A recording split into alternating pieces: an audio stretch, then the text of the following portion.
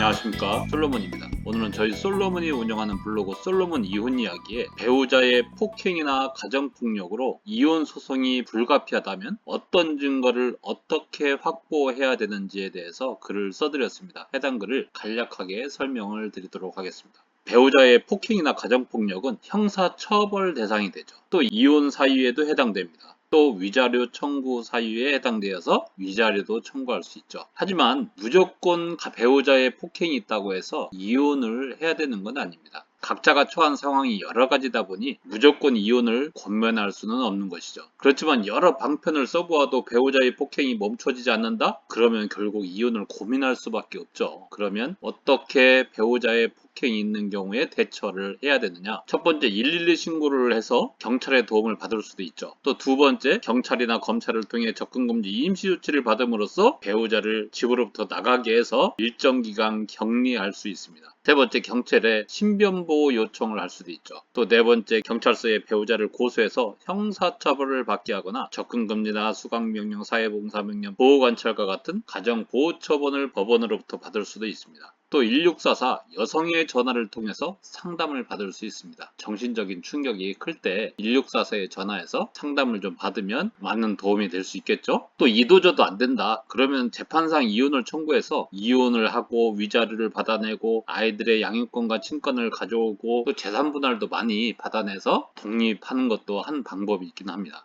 자, 여러 방법 중에서 오늘은 가정폭력을 원인으로 이혼 소송을 준비하는 경우에 어떤 증거를 어떻게 확보할 것인지에 대해서만 설명을 드려보도록 합니다. 우선 배우자의 부정행위를 입증하려면 굉장히 확실한 증거를 확보해야 되죠. 왜? 법원이 그렇게 확실한 증거를 요구하기 때문에.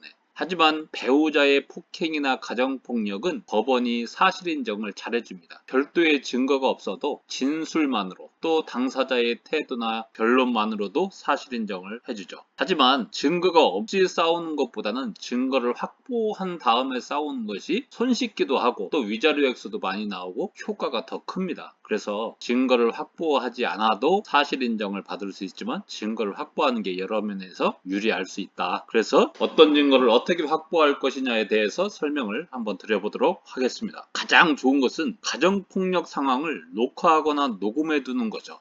몰래 카메라를 집안에 설치를 한다든지 아니면 녹음기를 설치해서 가정폭력 상황을 녹음하거나 녹화하는 것이죠. 가정폭력이 반복되고 그 수단과 방법이 가혹하다. 그러면 이 방법이 꼭 필요합니다. 또 가정폭력이 있다. 그럼 병원 치료를 받는 게 좋습니다. 자, 병원 치료를 받을 때는 배우자로부터 폭행을 당했다는 진술을 하는 게 좋고 진단서는 바로 발급받을 필요 없이 나중에 필요할 때 고소를 하거나 이혼 소송을 할 때 필요할 때 그때 진단서는 나중에 받을 수 있기 때문에 치료하면서 바로 발급받을 필요는 없어요. 또 형사 고소를 해야 되겠다 그러면은 일반 진단서보다는 상해 진단서가 낫죠. 근데 이혼 소송을 한다든지 접근 금지를 시킨다든지 할 때는 상해 진단서까지는 필요 없고 일반 진단서나 진료 기록만으로도 충분합니다. 상해 진단서는 10만원에서 병원마다 15만원까지도 받아요. 일반 진단서는 1, 2만원, 또 병원 기록 진료 내역은 아주 저렴한 가격에 받을 수 있기 때문에 내가 굳이 형사 고소를 하지 않고 이혼이나 접근 금지를 신청하려고 한다 그러면 진료 기록만으로도 충분합니다. 또 경찰의 도움을 받을 수 있죠. 가정폭력이 있다 그러면 112 신고를 해서 급한 도움을 받는 게 좋습니다. 또 112 신고한 다음에 형사 고소를 해서 형사 처벌을 시키는 것도 한 방법이죠. 일단 가정폭력에 대해서 고소를 했다 그러면 검사는 두 가지 처분을 내릴 수 있습니다. 첫 번째는 그거에 대해서 형사 기소를 할 수 있죠.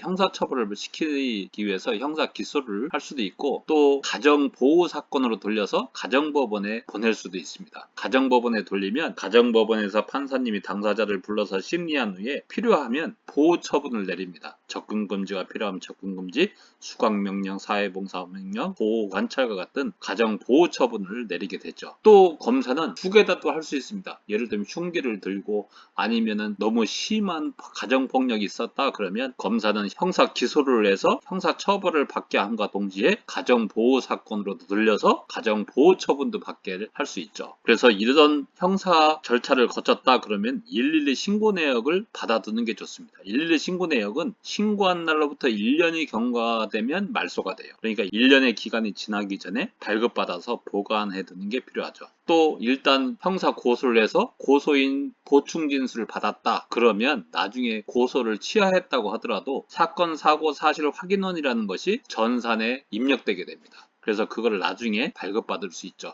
사건 사고 사실로는 가까운 어느 경찰서나 지구대에 가면 손쉽게 발급받을 수 있는데 다만 112 신고 내역은 지구대에선 발급받을 수 없어요. 그래서 경찰서에 가서 정보공개 신청을 해야 발급받을 수 있습니다. 그리고 접근금지 임시조치 결정문이나 형사처벌 결과 통지서, 또 피해자 보호명령 통지서 등은 가정폭력을 입증할 아주 훌륭한 증거가 되죠. 그래서 경찰의 도움을 받게 되면 자연스럽게 가정폭력을 입증할 증거가 생기게 된다라는 말씀입니다. 그리고 가정폭력이 있었다. 그러면 그 추후의 흔적을 사진 찍어두는 것도 아주 좋은 방법입니다. 상처가 났다, 집안 짓기가 부서졌다, 흉기를 들었다. 그러면 그 상처나 부서진 짓기나 흉기를 사진으로 찍어두는 게 아주 좋고 아주 훌륭한 증거가 됩니다. 예를 들면 부엌칼을 들었다. 그러면 부엌칼을 들었던 현장을 찍을 수는 없죠. 물론 몰래카메라를 설치했다고 하면 찍을 수도 있겠지만 그걸 못 찍었을 때는 부엌칼을 놓고 사진을 하나 찍어두는 겁니다.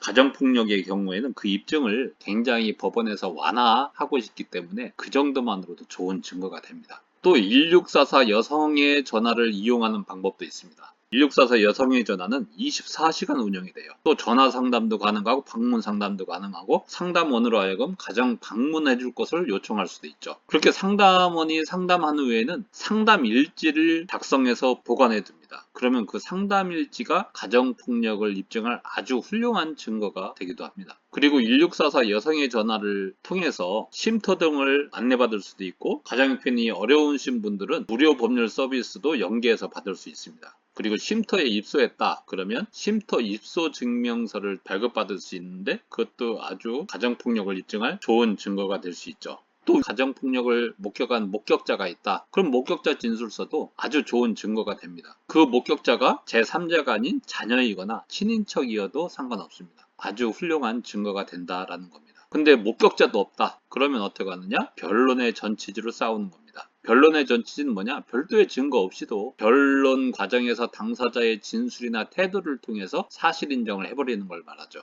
그렇기 때문에 변론만 잘하면 별도의 증거 없이도 가정폭력 사실을 인정받을 수 있다라는 겁니다. 다만 이 경우에는 변론을 잘 해줄 이혼 전문 변호사님, 실력 있는 분을 잘 선택해야 되겠죠. 아무나 다 할 수 있는 건 아닙니다. 변론의 전치지로 잘 싸울 수 있는 분이 실력 있는 이혼 전문 변호사님이죠. 배우자의 가정폭력이 있어서 경찰서에 찾아가면 무조건 형사 고소하라고 하죠. 경찰관이야. 또 이혼 전문 변호사를 찾아가면 무조건 이혼하라고 하죠. 하지만 이혼 상담을 하거나 이혼 소송을 하다 보면 사정상 이혼할 수가 없는 경우가 분명히 있습니다. 따라서 본인의 사정에 맞게 가장 알맞은 절차를 통해서 배우자의 가정폭력을 근절하면서도 이혼을 하지 않는 방법을 찾아봐야 되겠죠. 그런데 그 방법이 불가능하다? 이혼만이 답이다? 그러면 이혼 소송을 준비를 하셔야 됩니다. 우리 솔로몬도 여러 방편으로 가정폭력에 대해서 어떻게 대응을 하는 것이 좋은지 고민하고 해결 방법을 의뢰인과 찾기도 합니다. 이와 같이 배우자의 폭행과 같은 유책 증거를 확실하게 확보해두면 이혼하기에 수월할 뿐만 아니라 위자료도 많이 받아낼 수 있고 재산분할도 많이 받아낼 수 있고 친권자 양육자로 지정되는데 아주 손쉽고 양육비도 많이 받아낼 수 있고 면접교섭 면에서도 아주 유리한 판결을 받아낼 수 있기 때문에 증거가 없는 것보다는 증거가 있는 것이 좋고 증거도 상대방이 부인할 수 없는 빼박 증거, 확실한 증거를 확보해 두는 게 좋고